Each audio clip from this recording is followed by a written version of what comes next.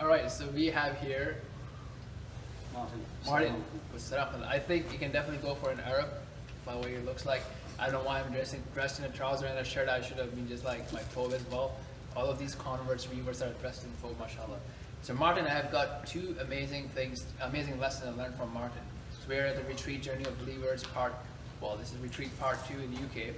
So he attended retreat part 1. Some of you may have seen his video. Tell me, what does that retreat do for you? Assalamu alaikum. I was convinced by one of the brothers in the mosque going to Jummah and to come along to the retreat. And I was in such a bad place at the time, I actually almost pulled a sickie. As in, I didn't want to come. But Allah obviously had a plan for me, and I came along and I was in such a low place. But then after the first day, it picked me up so much that I signed up for this retreat as well. And alhamdulillah, it's the best thing I could have done at the time was come on this course, because it just reaffirmed everything for me and it made me smile again and actually cry a lot. It was touched me so much.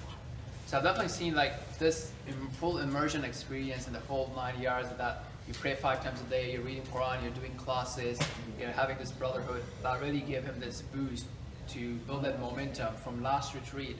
That was a month ago up until now, and then he has been progressing his progress, and then he came to this retreat. And for us, Isha Iqama, who did the Isha Iqama? I was blessed. God bless you, man. But there's a key lesson here as well. One of the key lessons here is a lot of people take this passive approach, like, hey, you know what, here's my card, if you need anything, give me a call. But what actually became a means for him to come to the retreat was one of the brothers to... I mean, I want to learn Arabic, so I can connect with the Quran and understand what Allah's words are. And I came along to speak to some of the brothers here, and I was blessed to meet Coach Zubair, because I've seen some of your YouTube videos. And sorry, before that, so who invited the first retreat that you came to, yes, right? Yeah. How did that happen? Oh, one of the brothers in the my local masjid, he just told me out of the blue, I think there's a good course, I think you should come along to. Right. So that's the thing, just reaching out to the converts that you know and thinking, and thinking about what's the next thing that they could be doing is so important. That this is part of dawah, right? So that you're reaching out to know, okay, now they've taken the Shahadah, how can they move forward?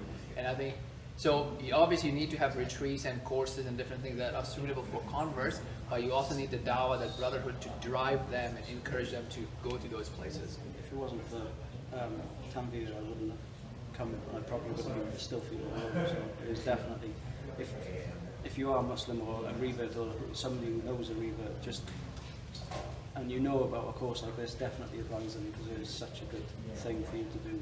Yeah.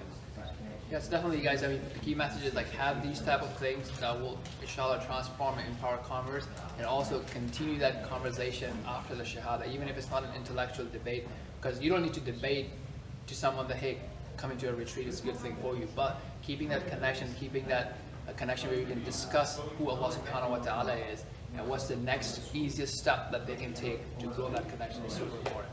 So we'll see you with the next convert, inshallah, very soon. Until next time, assalamu alaikum.